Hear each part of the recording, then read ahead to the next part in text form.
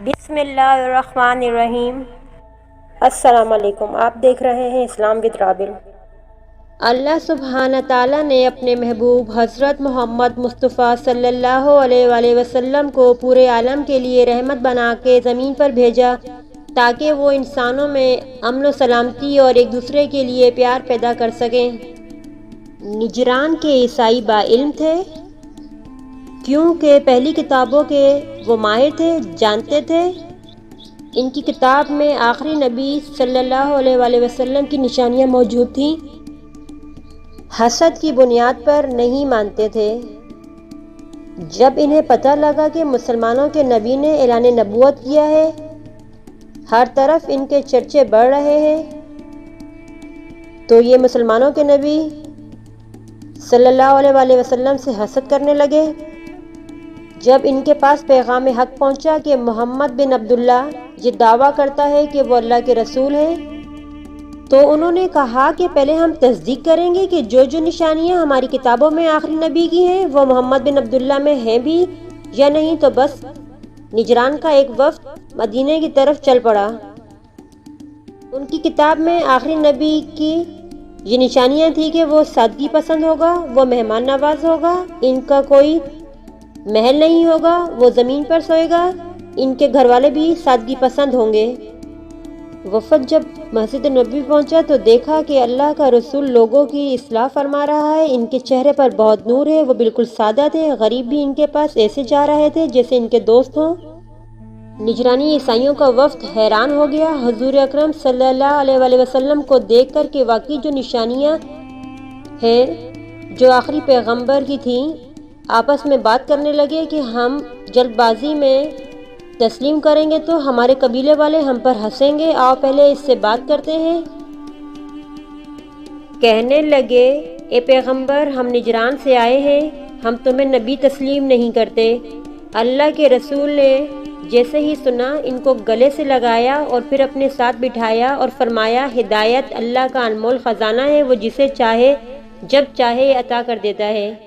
وہ حیرت سے ایک دوسرے کو دیکھنے لگے کہ یہ اخلاق تو آخری نبی کے ہیں۔ وفد نے چند سوال اللہ کے رسول سے پوچھے۔ انہوں نے کہا کہ آپ عیسیٰ مسیح کے لیے کیا سوچ رکھتے ہیں؟ اللہ کے رسول نے فرمایا، عیسیٰ اللہ کا نبی ہے اور اللہ کا پیغام لے کر اس زمین پر آیا اور وہی پیغام میں آگے بڑھانے آیا ہوں۔ انہوں نے کہا کہ عیسیٰ اور اللہ کے نبی، عیسیٰ اللہ کے نبی نہیں، اللہ کے بیٹے ہیں، کیونکہ وہ بغیر باپ کے دنیا میں آئے تھے۔ اللہ کے رسول نے مسکرا کر فرمایا، اگر ایسا ہے تو اگر بغیر باپ کے پیدا ہونا بیٹا ہونے کی دلیل ہے تو حضرت آدم علیہ السلام تو بغیر ماں باپ کے پیدا ہوئے، تو انہیں کیا کہو گے؟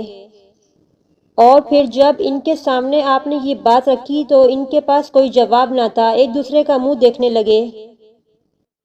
کئیوں نے تو جھگڑا شروع کر دیا۔ تو حضور صلی اللہ علیہ وسلم نے فرمایا، یہ کوئی بات نہیں ہے، تو آپ نے سوال کیا ہے، میں نے اس کا جواب دیا ہے۔ تو انہوں نے کہا کہ آپ صلی اللہ علیہ وسلم یہ ساری باتیں چھوڑ دیں۔ 3 دن تک یہ معاملات چلتے رہے اور حضور صلی اللہ علیہ وسلم دلائل پیش کرتے رہے۔ تو نجران کے وفد نے کہا کہ آپ ہمارے ساتھ مباہلہ کریں۔ مباہلے کا مقصد یہ ہوتا ہے کہ دو فریقین وہ یہ کہتے ہیں کہ اگر اس معاملے میں میں سچا نہیں تو یہ وبال میرے اوپر آئے۔ وہ یہ بھی کہہ سکتے ہیں کہ یا اللہ تو مجھے تباہ و برباد کر دے، اندھا کر دے وغیرہ، مطلب کہ ایسا کچھ بھی کہا جا سکتا ہے۔ اسی طرح جو دوسرا فریقین ہے وہ بھی یہ کہتا ہے کہ اگر میں سچا نہیں تو یہ وبال میرے اوپر آئے، مطلب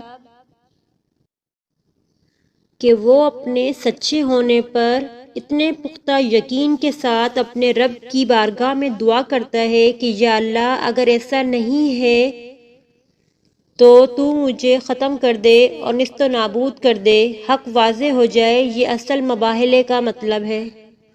اکرم صلی اللہ علیہ وآلہ وسلم نے فرمایا، مجھے منظور ہے، ہم معاہدہ کریں گے، بتائیے کب کرنا ہے؟ انہوں نے کہا کہ ہمیں 3 دن کی مہلت دی جائے۔ اس پر اللہ تعالیٰ نے حضور اکرم صلی اللہ علیہ وآلہ وسلم پر قرآنی آیت نازل کر دی۔ سورۃ آل عمران آیت ترجمہ فرمایا کہ حبیب آپ بلا لیجئے ان کو، کہو کہ آپ بھی بلاؤ اپنے بیٹے، میں بھی اپنے بیٹے بلاتا ہوں، آپ اپنی عورتیں بلاؤ، میں اپنی عورتیں بلاتا ہوں، تم اپنی جان کو بلاؤ، میں اپنی جان کو بلاتا ہوں۔ اب جب یہ حضور اکرم صلی اللہ علیہ وسلم نے فرما دیا، ان کو بتا دیا، وہ بھی سارے کہنے لگے ٹھیک ہے۔ 3 دن بعد وقت مقررہ پر حضور اکرم صلی اللہ علیہ وسلم نے تفسیر میں جو لکھا ہے اس کے مطابق اس آیت کا پس منظر حضور اکرم صلی اللہ علیہ وسلم، حضرت سیدنا علی رضی اللہ تعالیٰ عنہ، حضرت سیدہ خاتون جنت فاطمہ رضی اللہ تعالیٰ عنہ، حضرت امام حسن اور حضرت امام حسین رضی اللہ تعالیٰ عنہ کو لے کر چلے اور کہا کہ جب میں دعا کروں گا تو تم نے آمین کہنا ہے، اس لیے تم میرے ساتھ چلو گے۔ جب یہ چل پڑے تو سامنے عیسائی جو تھے وہ پہاڑیوں میں چھپ کر بیٹھے ہوئے تھے۔ انہوں نے جب دیکھا تو ان کے وفد کا جو سربراہ تھا وہ چیخ اٹھا اور اس نے کہا ان کے ساتھ مباہلہ نہ کرنا، جو چہرے میں دیکھ رہا ہوں اگر انہوں نے آمین کہہ دیا سب تباہ و برباد ہو جاؤ گے۔ ان کو سمجھ آ گئی کہ وہاں پر ان سے بات نہ کریں تو بہتر ہے، اور حضور اکرم صلی اللہ علیہ وسلم نے فرمایا اس دن اگر عیسائی مقابلے میں آ جاتے اور میں دعا کر دیتا ان کے خلاف اور یہ پاک ہستیاں جو میرے ساتھ تھیں آمین کہہ دیتی تو پوری کائنات کے عیسائی ختم ہو جاتے، اور فرمایا یہاں تک کہ نجران کے چرند پرند تک اللہ تعالیٰ سب کو جلا کر راکھ کر کے ختم فرما دیتا، ایسے ان کی تباہ اور بربادی ہوتی۔ یہ آیت مباہلہ کا اصل پس منظر ہے۔ حضور اکرم صلی اللہ علیہ وسلم نے بطور اعزازاً، بطور اشرفاً آپ اس اپنے مبارک کنبے کو ساتھ لے کر گئے، آل رسول کو ساتھ لے کر گئے، یعنی پنجتن پاک ان کو آپ ساتھ لے کر گئے۔ یہ آیت قرآن مجید میں اس لیے ہے کہ قیامت تک عیسائیوں کے لیے یہ آیت ایک ایسی ضرب ہے۔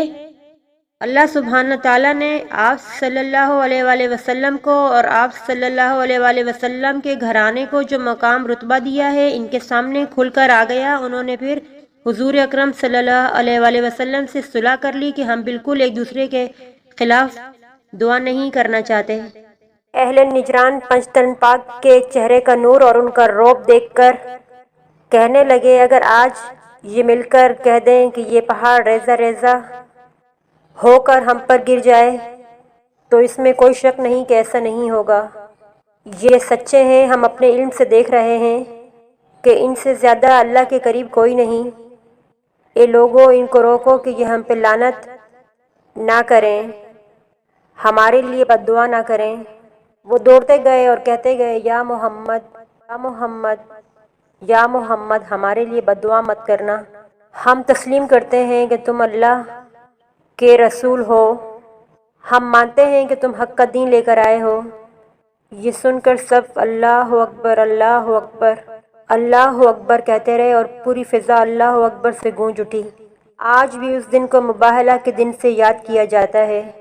سلام ہو پنجتن پاک پہ، سلام ہو آل رسول پہ، سلام ہو محمد صلی اللہ علیہ وآلہ وسلم کے پاک گھرانے پر۔ ملتے ہیں ایک نئی ویڈیو کے ساتھ، اجازت دیجیے گا اس اپنے پن کے ساتھ کہ اپنا بہت خیال رکھیے گا۔ اللہ حافظ۔